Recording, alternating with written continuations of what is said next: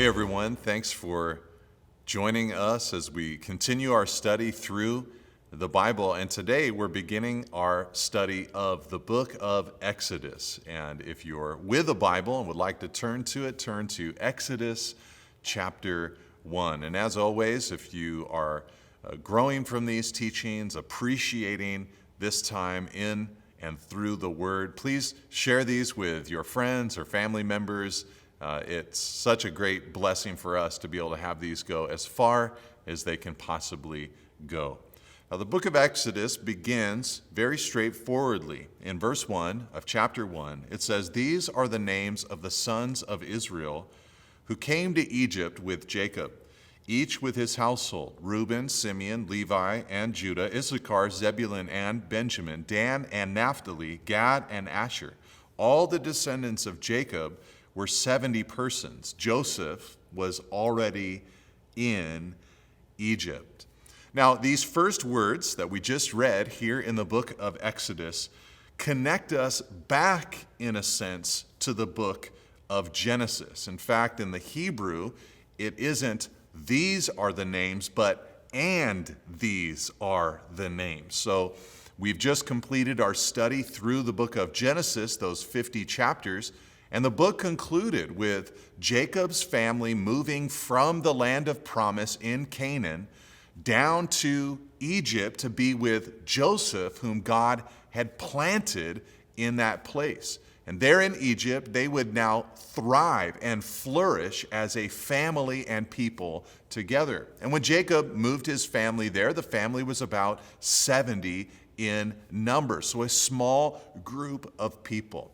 But in starting the book of Exodus this way, we are connected back now to the story of Genesis. In fact, this passage that we just read recalls Genesis 46 in a very clear way and takes an understanding of Genesis to be understood in the first place. Genesis 46, verse 8, is actually verbatim a copy of the first portion of this section in Exodus. Now, there is a organization of the family here mentioned in these first 5 verses, and it's very similar to the organization that's found in Genesis 35. The sons of Jacob are not listed according to age, but they're listed according to their mother. It starts out with the sons of Leah, then you have the sons of Rachel, then you have the sons of Bilhah, who was Rachel's handmaid, and then you go back to Leah by going to Leah's handmaid, Zilpah, and you have the sons of Zilpah. So Leah, Rachel, Bilhah, then Zilpah, their sons mentioned here in this opening paragraph. But as much as these first words of Exodus take us back to the book of Genesis, they also prepare us for the future for the people of Israel. God had said in Genesis chapter 12, verse 2 to Abraham, that he would make of Abraham a great nation, that he would bless him and make him great so that he would be a blessing. And for now 400 years, as we pick up the story here in Exodus chapter 1, the descendants of Abraham have been growing and flourishing, as we'll see in a moment. In other words, no matter how Israel might view her status in Egypt, Moses, who wrote the book of Exodus, wants to assure us that God has more for his people.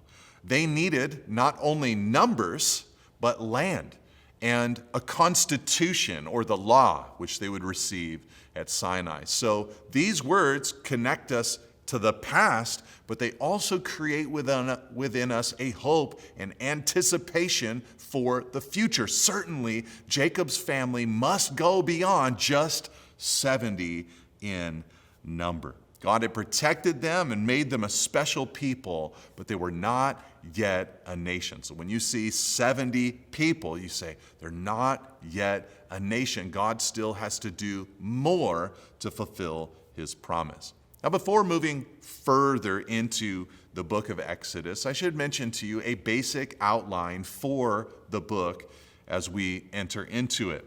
There are two basic sections to the book of Exodus. The first section is basically their departure from Egypt. Their departure from Egypt. And the second section is their meeting God out in the wilderness at Sinai, where Moses received the commandments and received the law. The book of Exodus, in a sense, is all about the liberation of Israel from Egypt in those two parts that I just mentioned. Getting Israel out of Egypt, that's the Exodus, but also getting Egypt out of Israel. You know, it's one thing to come out of the world, to be saved by Jesus, but it's another thing for Jesus to get the world out of you, to sanctify you and to grow you. And that's really what we're going to discover here in the book of Exodus. God delivering his people from their slavery in Egypt, but then going through the process of drawing Egypt out of their hearts. Their bodies were out of Egypt, but they'd also have to have their hearts purified before God. Now, the book of Exodus is a beautiful book. It has been famous for centuries for many reasons. One reason is that this book reveals God in some special ways. He reveals himself to the nation in some powerful ways in this book. His character, his nature, his love, his care, who he is, his name, these things are given to us in the book of Exodus. Also in Exodus, we get a better vision of the battle that is declared against God's people. There is a system called the world system, that is always combating against the people of God. Not only that, but the principalities and powers of darkness are seen in demonstration in this book coming against the people of God. This book also has within it the theme of salvation and deliverance. God's people being delivered from their captivity. And it will show us much about sanctified living before God. How does God want us to live? What do a redeemed people look like? There's so much in Exodus that teaches us how to live life after Jesus Christ comes into our lives and saves us. And there is so much in this book that teaches us about worship, about centering our lives around God. You know, the Bible teaches that as Christians, we are a kingdom of priests. We think of this doctrine as the priesthood of the believers. That as there was an Old Testament priesthood selected by God, now in the New Testament era, every believer covered by the blood of Jesus is a priest before God. And as we look at the book of Exodus, we will learn so much about that life of worship and devotion and priesthood before the Lord. And not only that, but the book of Exodus will show us beautiful things directly about Jesus. There's a lot of great Christology, in other words, in the book of Exodus. It points to Christ in some powerful ways. It points to Christ when it speaks of Moses, who came as a deliverer for the people of Israel. God would tell Moses later on in his life that he would raise up one like him for his people, and Jesus is that figure. The greater than Moses who truly sets his people free. When the Passover occurs in the book of Exodus, it is a shadow of the future fulfillment that will only be found in Jesus. It's his blood that truly sets us free from our captivity. The feasts that God will prescribe for the people of Israel all point to the humanity, the nature, the deity, the resurrection, the life that Jesus Christ provides.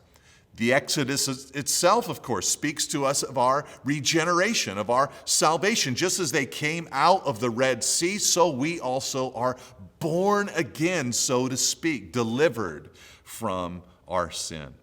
The manna and the water that are miraculously provided to the people of Israel in Exodus are excellent images of Jesus himself. He called himself the bread of life. And that bread is typified here in the manna. He called himself he said that from us would flow rivers of living water if we drank of him, if we believed in him. And that we would never thirst if we drank him. He's the water of life. And so when we see the water in Exodus being provided, it speaks of Jesus. The tabernacle itself that Moses was given the designs for, the latter half of Exodus, speak of Jesus. And the high priestly ministry speaks of what Jesus does for us today. There is beautiful Christology in the book of Exodus. All right, so that's a little preamble to the book after looking at the first 5 verses. But let's get into the actual story starting in verse 6. Then Joseph died, and all his brothers, and all that generation. But the people of Israel were fruitful and increased greatly. They multiplied and grew exceedingly strong, so that the land was filled with them. Now here we see that Joseph has died. He's off of the scene. Many years have ticked by. And the people of Israel in these opening verses are presented as flourishing, as expanding, and as incredibly fruitful. In fact, that phrase there in verse 7, fruitful and increased greatly, it harkens to the book of Genesis. Remember in the early chapters of Genesis when God said that man and woman should go into all the world, they should be fruitful and they should multiply. They should fill the earth and they should subdue it. Here, Israel is portrayed as having fulfilled that to some degree. They've been fruitful. They've increased greatly. This is Genesis language.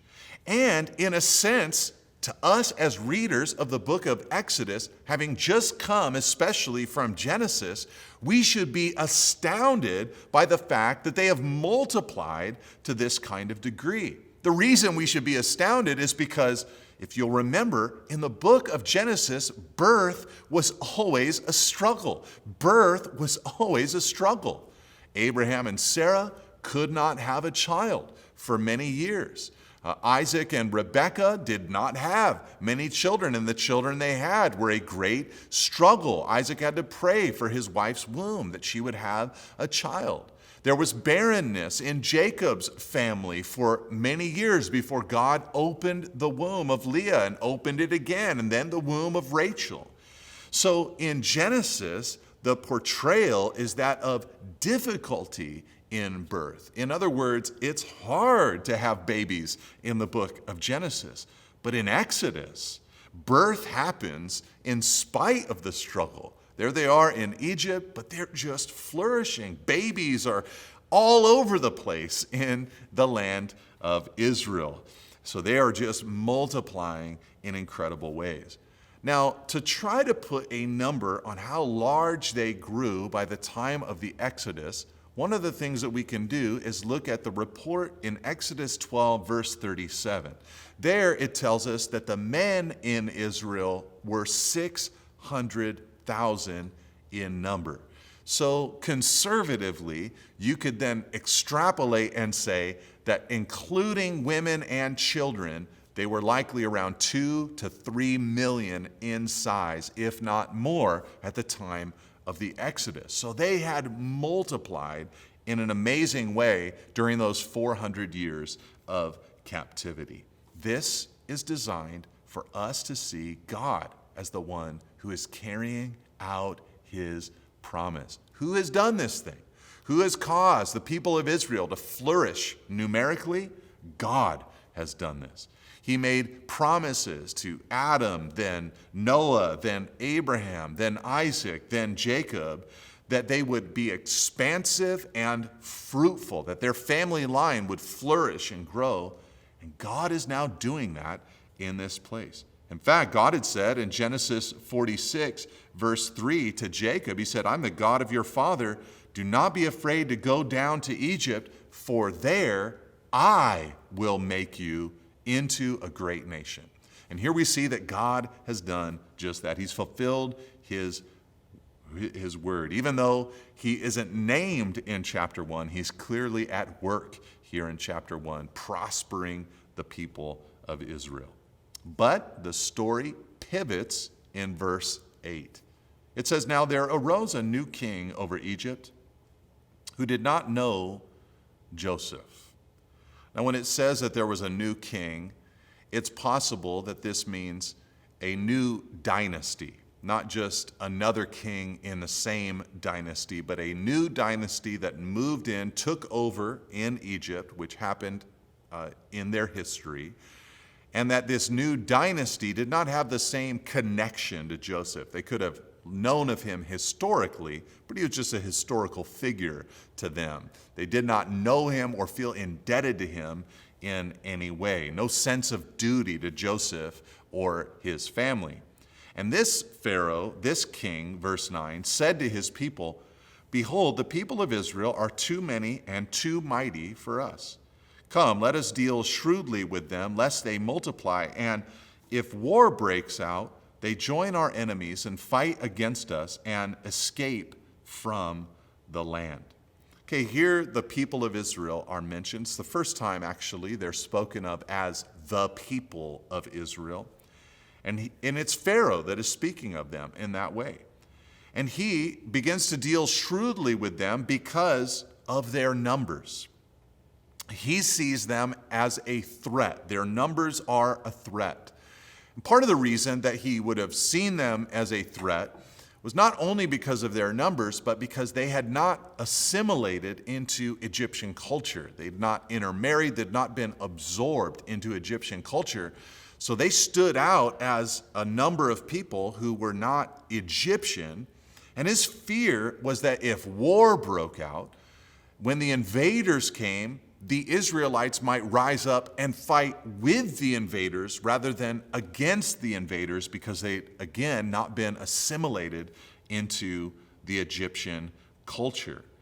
He might even be worried about the ancient promise that God had made to Adam, or commission that God had given to Adam, to fill the earth and subdue it. The Israelites had filled the earth at this point in Egypt, but now he's worried that they might subdue the earth, perhaps even subduing Egypt itself. And so he sees them as a threat. Now, interestingly enough, God had said to Abraham back in Genesis 12, verse 3, that him who blesses you, I will bless those who bless you and dishonor those who curse you. So had Pharaoh just made the decision to bless the people of Israel, because obviously they were being blessed by God, he would have been blessed. But he took a different path, or a different course, in the interest of the self, and tried to push down the people of God. Therefore, verse 11, they set taskmasters over them to afflict them with heavy burdens. They built for Pharaoh store cities, Pithom and Ramses. But the more they were oppressed, the more they multiplied, and the more they spread abroad. So here, Pharaoh attempts his first tactic at suppressing the people of Israel. He engages them in this massive building project, very similar to the building of the Tower of Babel back in Genesis 10 and 11. Here they're building store cities for Pharaoh, a major construction project. They had taskmasters with whips and who were over the people. And the people of Israel were beginning now to be a persecuted group, forced into this labor. The word that's used there in verse 12 is the word oppressed. They were an oppressed people. Interestingly enough, God had predicted this many years before to Abraham himself. Back in Genesis 15, verse 13, God said that his offspring would be sojourners in a land that is not theirs, and will be servants there, and they will be afflicted for 400 years. That word afflicted in the Hebrew is the same word that shows up here in verse 12, the word oppressed. They were an afflicted, oppressed people. Deuteronomy 4, verse 20 speaks of Egypt like an iron furnace that was baking the people of Israel, preparing, cooking the people of Israel. Now, the interesting thing about this turn of events, of course, is that geographically, Egypt was a place of great ease and prosperity. Just the setup of Egypt was a little bit out of the way. People had to intentionally go travel to Egypt. And because of its position, and because the Nile River was so faithful in its ebbs and flows, so faithful to irrigate the plains of Egypt, so faithful to bring abundance of fish into the delta in that region, the soil was incredibly fertile and very easy for produce to grow.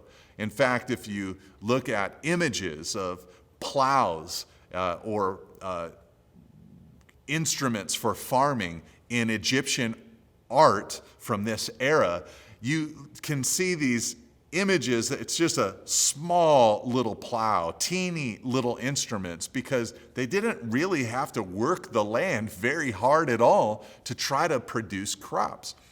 And you can imagine in that kind of environment, that kind of ease, where you can bank on produce coming in year after year after year, the kind of laziness, so to speak, or a lack of toughness in the people of Israel. This place of ease would have led them to self-indulgence and stagnation. This is so often what the world does to us. It can lull us to sleep as believers. It pulls on us today, trying to draw us into the life of ease. And so God didn't want his people to be in that place of ease. And so he allows this man, Pharaoh, turns his heart like rivers of water and begins to turn the heat up on the people of Israel. They would never have wanted to leave unless these things had begun to unfold in their lives. And so he begins to persecute them through these building projects. But even though he does that, notice they multiplied all the more and they spread abroad. God's favor was on them. God's people often will do this, multiply under pressure. And it goes on and says, and the Egyptians were in dread of the people of Israel. So they ruthlessly made the people of Israel work as slaves and made their lives bitter with hard service, in mortar and brick and in all kinds of work in the field. In all their work, they ruthlessly made them work as slaves. Again, just the bitter service that the people of Israel had to engage in. Then the king of Egypt, verse 15, said to the Hebrew midwives, one of whom was named Shiphrah and the other Puah, when you serve a midwife, serve as midwife to the Hebrew women and see them on the birth stool. If it's a son, you shall kill him, but if it's a daughter, she shall live. Now, Pharaoh's first move, trying to oppress the people of Israel through these building projects, did not work. They multiplied anyways, so he goes to phase 2. And here he tries to stop the birth of baby boys by having the little boys killed. If it's a son, he says to these Hebrew midwives, you shall kill him. And if it's a daughter, then he shall live. The assumption being that the daughter would then go and marry an Egyptian man, be owned by the Egyptians. And this was his plan of assimilating the people of Israel into Egyptian culture. And here now we have the beautiful story of the Hebrew midwives. Likely, what this means is not that these were the only 2 women that were serving as midwives for the people of Israel, 2 to 3 million people. There's no way these 2 ladies could keep up with all of the births that were happening. But they were likely the 2 chief administrators working for Pharaoh, maybe even of Hebrew descent, who were organizing all of the midwives who worked there to help these births take place. And Pharaoh's commission to them was that when the Hebrew women were at the birth stool, which is a difficult word to translate, it might mean the instrument that the Hebrew women would crouch on while they had a baby, or it might actually speak of the genitals of the child as a way to discover whether it's male or female. It's hard to say, but the idea is that he wanted these babies, these infants, to be killed. But these Hebrew midwives were given their names, Shiphrah and Puah. They stood up, we'll see, to this man, Pharaoh. Now, this is interesting because, first of all, their names are actually recorded for us in the biblical story.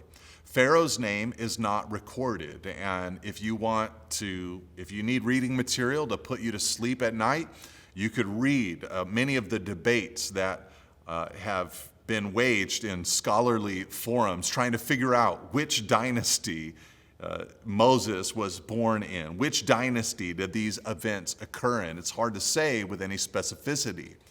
But Pharaoh's name is not mentioned.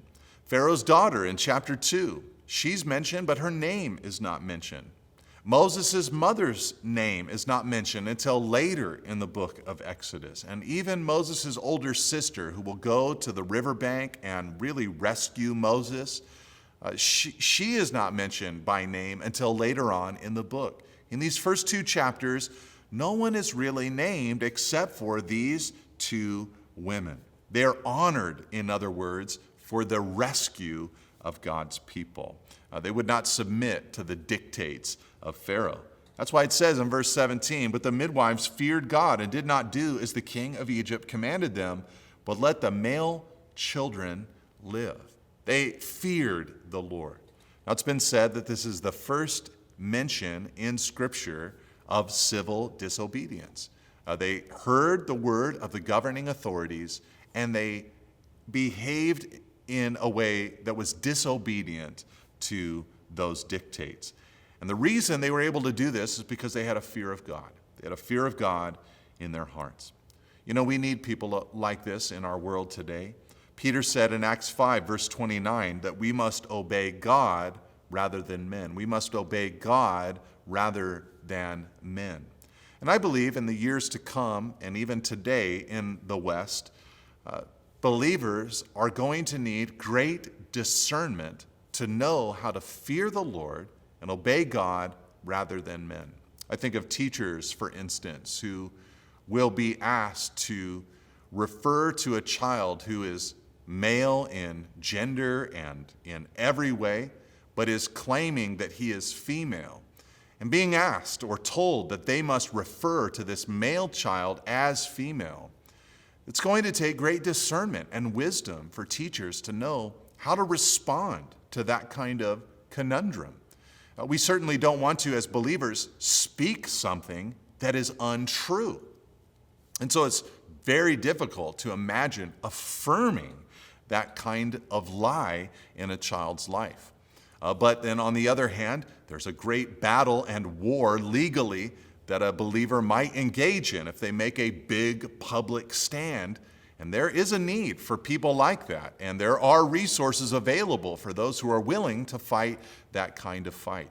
But for many of us, there will just be a decision that needs to be made to know how to navigate and disobey the governing authorities when they ask us to do something that contradicts the faith that we engage in, contradicts the Word of God. We cannot do it. We have to obey God rather than man. Now, of course, Jesus gave commentary to things like this by saying, "Give to Caesar what belongs to Caesar." It doesn't mean that we cannot submit to the governing authorities. That's what the New Testament teaches us to do time and time again. But when the governing authorities are telling us to do something that contradicts the very Word of God itself, we need to stand up against the governing authorities.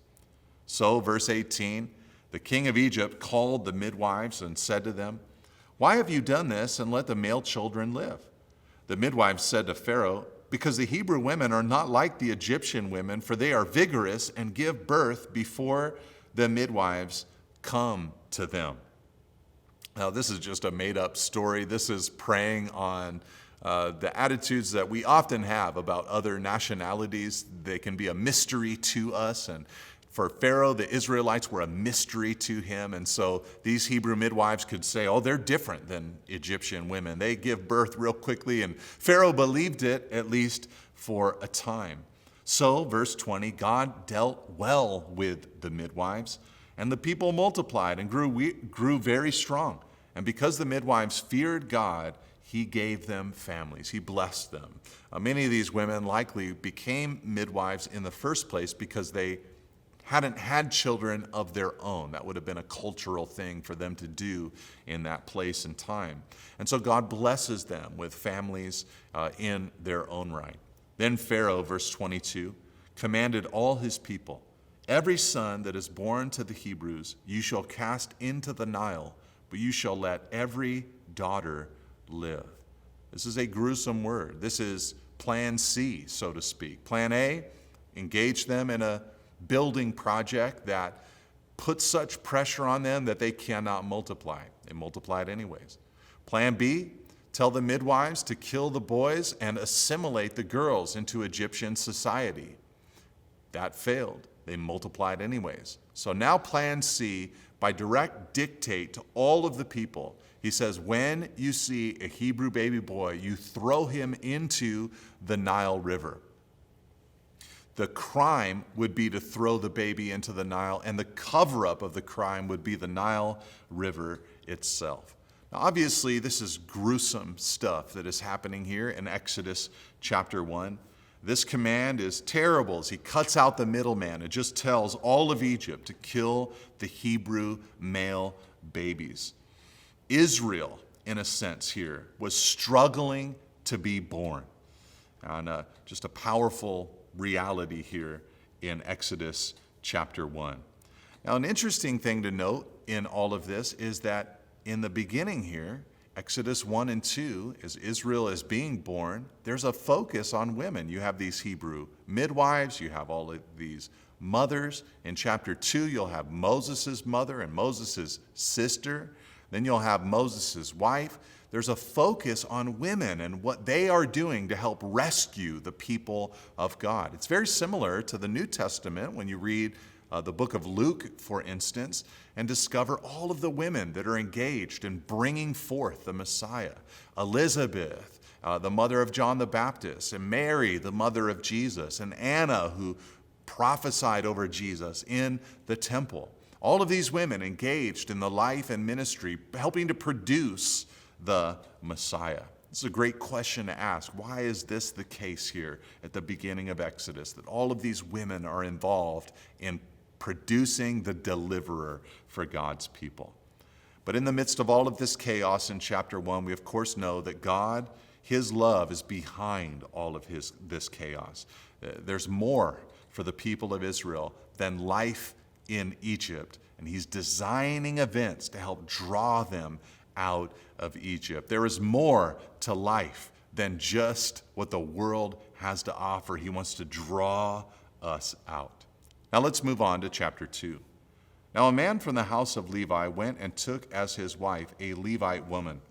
The woman conceived and bore a son, and when she saw that he was a fine child, she hid him 3 months. Now remember, I already told you that Moses' mother and here we also see father are not yet mentioned by name in the book of Exodus.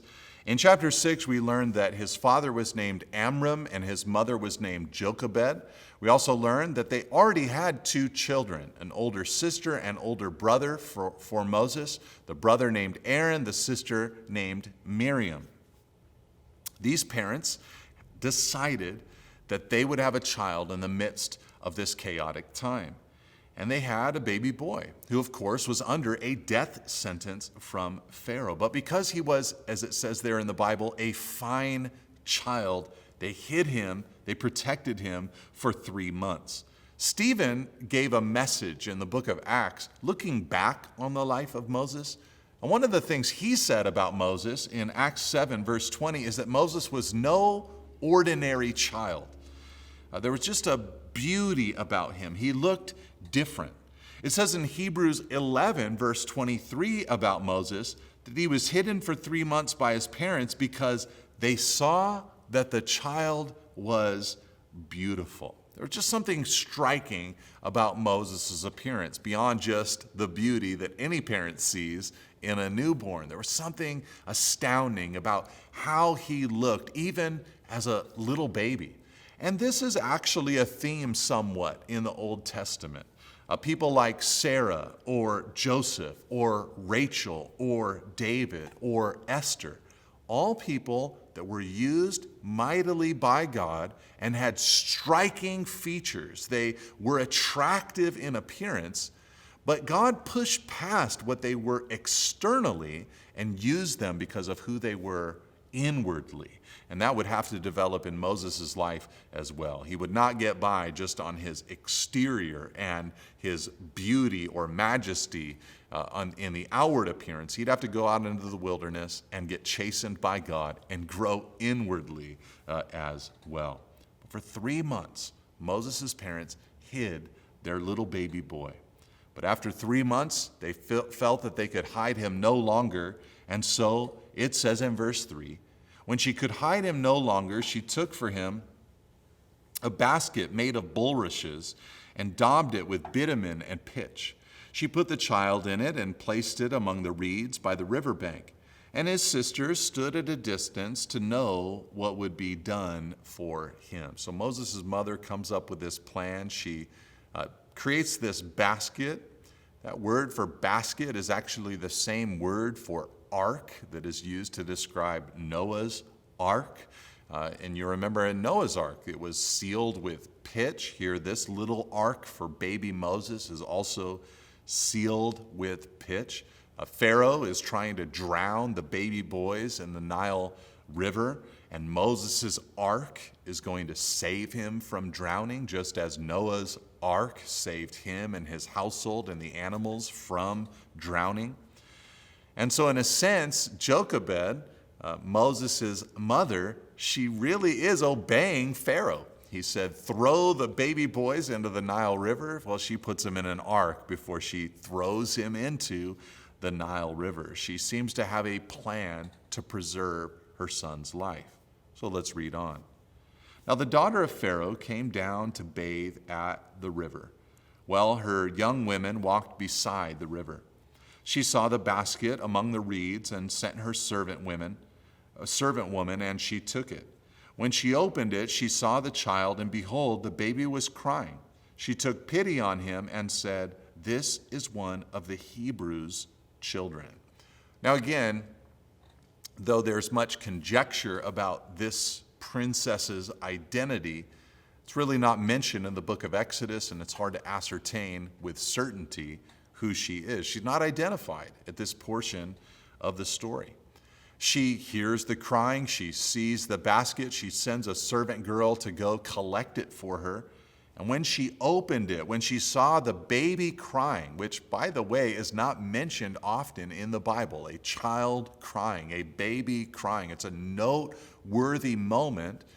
And I'll talk about why in a moment, but she sees Moses crying, and she immediately begins to have sympathy or pity upon Moses. Now, the interesting thing about Moses crying here, as I said, it's not often that babies or children are portrayed as crying throughout Scripture. Moses, in a sense, is Israel in a microcosm. They, in a moment, will be portrayed as crying out to God, and God will see them and have pity on them.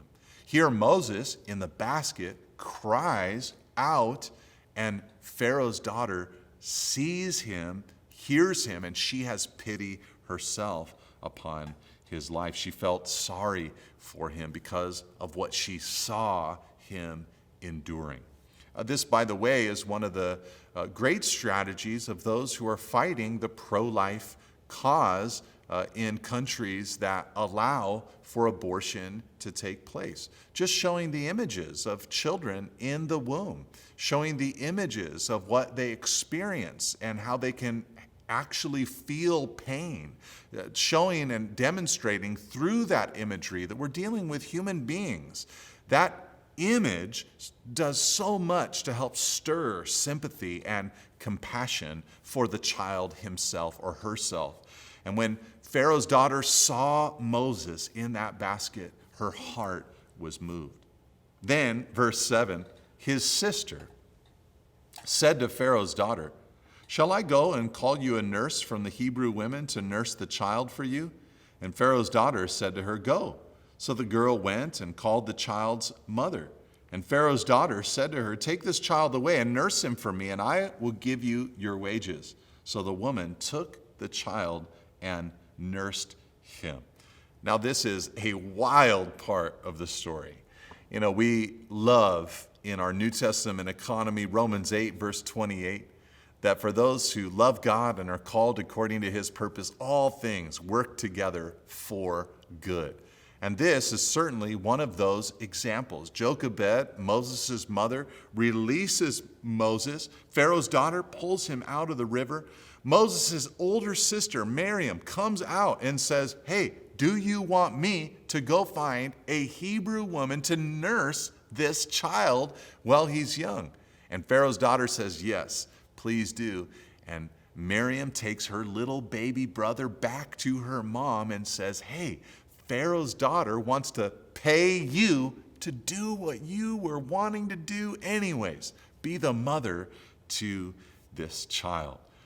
I don't know if this was a preconceived plan. I don't know if Miriam already knew the daughter of Pharaoh. It sure seems that this was preconceived and that Pharaoh's daughter was willing to listen to this random Hebrew girl. But God is in control, and Jochebed is reunited with and to her son. She's paid to take care of her baby boy. Listen, brothers and sisters, sometimes we have to let go to get back from God. We have to let go to get back from God. Sometimes there will be things in our lives that we think we cannot do without, that we must have, maybe a relationship or a position or a possession. And God might lay it upon our hearts to let go. And as we let go, we have to trust that as we sow in tears, we will reap in joy, that God is going to allow us to get back. This is one of the messages of Jesus over and over again. For those who have idolatry over or idolize their families, Jesus says you've got to leave your father and your mother and your brother and sister and place me first, come after me. For those who idolize the self, he says you need to deny yourself and to take up your cross and follow after me. This, by the way, is a great description of two of the major worldviews that exist on the planet at this time. Many people make sense of the world by looking within and saying, "Who am I? And I must live out my dreams. I must be true to myself." That would be more of a Western concept. But in many parts of the world, that kind of concept is totally rejected. And the bigger influence upon life is, what does my family think of me? What does my culture say about me? What are the expectations that have been placed upon me from birth? And it's interesting because Jesus deals with both of those and says, you've got to let go of that. Let go of the self, let go of the family. But the beautiful thing is that Jesus says, as you do, as you let go, you get back. You let go of self, you find yourself. You let go of family, you get a greater family. So we need to be a people who, like Jochebed, believe in God, let go so that we can get back from him, receive what he has for us. Now again, I remind you of all the women that are involved in this story. You've got midwives, and his mother, the princess, the servant woman who goes out to get him from the river, Miriam, his older sister. Just beautiful to see this part of the story. Now when the child grew older, verse 10, she brought him, Moses' mother, to Pharaoh's daughter, and he became her son. She named him Moses because she said, I drew him out of the water. So Moses is officially adopted now into Pharaoh's household. Stephen said of Moses in Acts 7, verse 22, that Moses was instructed in all the wisdom of the Egyptians and was mighty in word and deed. You know, he had been schooled, in other words, by the Egyptians. And Pharaoh's daughter named him, gave him his name. She called him Moses. It means born out of the water, drawn out of the water. Now, keep this in mind. This is the daughter of Pharaoh. She has the honor of naming the future savior of the people of Israel. Now, the incredible thing about naming him Moses, or drawn up out of the water, or born out of the water, is not just that it spoke of his past experience, but that it was prophetic about his future role in Israel. Listen to this from Isaiah 63, verse 11. It says, "He remembered the days of old, of Moses and of his people. Where is he who brought them up out of the sea?" That's Moses, "with the shepherds of his flock." Moses had brought, later in the book of Exodus, through the Red Sea, the people of God up from the sea, up from the water. He helped them become born out of the water, just as he was born out of the water. Just as he was taken from the water, so they were taken from the waters of the Red Sea. And really, that Red Sea crossing is paralleled right here in Moses' infant life. It started with a threat from Pharaoh to kill the Israelites, just as Moses, a baby boy, was under the threat of Pharaoh. It began there in the sea, the Red Sea, which is sometimes called the Reed Sea, and Moses' little basket was placed in the reeds on the Nile River. Miriam helped Moses sing an incredible song of rejoicing after they passed through the Red Sea. And Miriam is right here at this story as well, after Moses is drawn out of the water. And in both moments, a deliverance leads to a future life. Moses became a child of Pharaoh, in a sense, and the people of Israel became children of God, in a sense, when they came out of that water at the Red Sea. Now, one day, verse 11, when Moses had grown up, he went out to his people and looked on their burdens, and he saw an Egyptian beating a Hebrew, one of his people. He looked this way and that, and seeing no one, he struck down the Egyptian and hid him in the sand. Now, this is a fast forward in the life of Moses. We're not learning much about his childhood here. Stephen tells us that this was 40 years later in Acts 7, verse 23. So Moses is about 40 years of age at this point in his life. One day he goes out and he sees an Egyptian that is beating a Hebrew, and he is conscious of his connection with the Hebrew people. He feels that they are beating one of his people. So he looks around this way and that speaks to his conscience, telling him that he should not strike this man. But seeing no one, he struck the Egyptian and hid him in the sand, meaning that he had killed this Egyptian man as he'd struck him. Moses' compassion had moved him to kill someone else. Now, Jesus, of course, is the better Moses. His compassion moved him to allow himself to die. But Moses here kills this Egyptian man. Now, here's the thing we must know that's happening inside of Moses' heart at this point. It says in Acts 7:25, again from Stephen, a speech that we keep alluding to in Acts chapter 7. He said of Moses that Moses supposed at this point that his brothers would understand that God was giving them salvation by his hand, but they did not understand.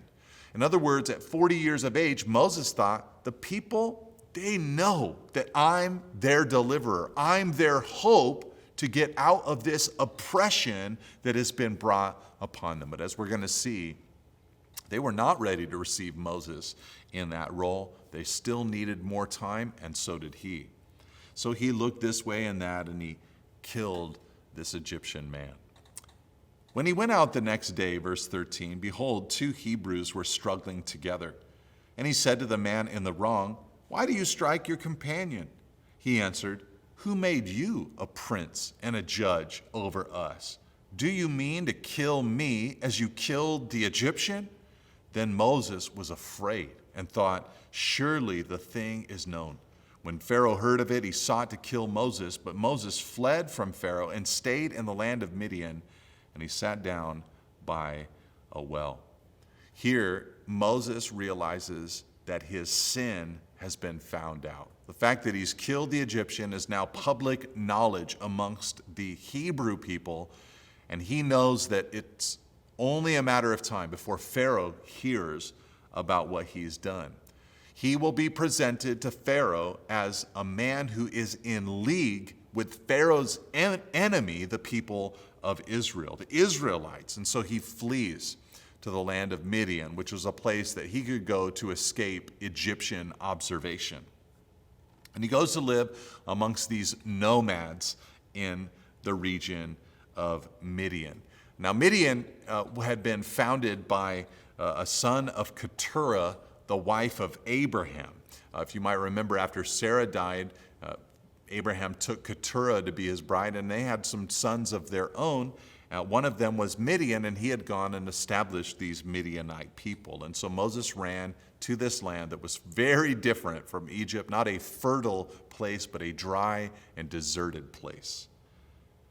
And then he goes, and it says, verse 15, and he sat down by a well. Now, if you've been with me through the book of Egypt, this ought to pique your interest, because incredible encounters have occurred so far in the Bible at wells.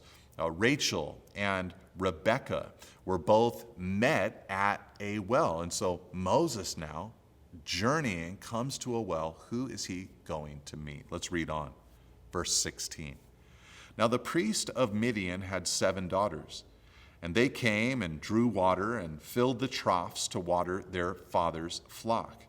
The shepherds came and drove them away, but Moses stood up and saved them and watered their flock. All right, so there's a priest there in Midian. We'll learn in a moment that his name is Reuel, or also Jethro, as we'll discover later in Exodus. And this priest had 7 daughters, and they would come out to water their flocks and be bullied by the men in that region. Moses saw this injustice taking place, and so he stood up, it says, and saved them, and they watered their flock. When they came home to their father Reuel, he said, "How is it that you have come home so soon today?" They said, "An Egyptian delivered us out of the hand of the shepherds and even drew water for us and watered the flock." He said to his daughters, "Then where is he? Why have you left the man? Call him that he may eat bread." Or the implication being is to eat bread, to break bread, and to have fellowship with us. Now, this is interesting for a few different reasons. First of all, this is the 3rd episode where Moses sees an injustice and seeks to stand up against it. When the Hebrew and Egyptian, the Egyptian was beating the Hebrew, Moses saw that injustice and rose up against it. When the 2 Hebrews were fighting or arguing with each other, Moses stood up against that. And here he sees these men bullying these 7 daughters of Jethro, or Reuel, and he stands up against that oppression. This is who Moses is in his heart. He's this kind of man. He doesn't want to see injustice take place. Now, he doesn't quite yet know fully how to respond to that injustice, but you can see that God has shaped him in this way for a reason. At 80 years old, he'll be the man who comes in to Pharaoh, the greatest of all oppressors, and say, God says, "Let my people go." This is something that God had made Moses for, that he had created this man to be. Now, when the daughters go back to their father, they say, "An Egyptian man saved us." Obviously, Moses is not truly an Egyptian man. He's a Hebrew man, but likely he's dressed like an Egyptian. And so that's what their report says. He's an Egyptian man, and he saved us. And Moses' story here, in a sense, is kind of like the story of Jacob. Remember Jacob on the run, fleeing from Esau as a young man? He came to a well. He saw Rachel, fell in love with her, and was brought into Laban's family. Here, Moses meets the daughters of Reuel and is going to be brought into that family and actually marry one of Reuel's daughters, a woman named Zipporah. But his story is not only like the story of Jacob, it is also like the story of the people of Israel in the book of Exodus. They also will have to one day leave Egypt. They also will have Pharaoh trying to kill them as they depart. They also will come to the waters like he came to a well and be delivered by God. They also will experience God watering them, their flocks in the wilderness. And they also will encounter Jethro. There will be a moment that this same man gives counsel to Moses for the people of Israel. And they also will engage in marriage, Moses marrying Zipporah, the people of Israel becoming God's bride out there in the wilderness. So the events of Moses' life are anticipatory of what's going to happen in the life of Israel. But let's finish this chapter together. Verse 21, "And Moses was content to dwell with the man, and he gave Moses his daughter Zipporah. She gave birth to a son, and he called his name Gershom, for he said, I have been a sojourner in a foreign land." So Moses marries this woman, Zipporah. We'll see her again later in the story. They have a son together. Moses names their son Gershom, which means sojourner or resident alien. It speaks not so much of what Gershom was, but how Moses was feeling. He felt very alone there in this distant land as a sojourner. And for 40 years, he would live there in the region of Midian. He was taking care of Jethro's sheep, wandering on the backside of the wilderness. This was God training Moses for leadership, showing him through the sheep what the people of Israel, the flock of God, would be like. During those many days, verse 23, the king of Egypt died, and the people of Israel groaned because of their slavery and cried out for help. Their cry for rescue from slavery came up to God, and God heard their groaning, and God remembered his covenant with Abraham, with Isaac, and with Jacob. God saw the people of Israel, and God knew. Just as Pharaoh's daughter had heard and seen the cry of Moses, God is presented here as seeing and hearing the cry of the people of Israel. And while God was preparing Moses to lead them out of slavery, he was preparing Israel as well to want to come out of Egypt. They had to become displeased with Egypt, to want to depart from Egypt, this land that had been so good to them for so many years.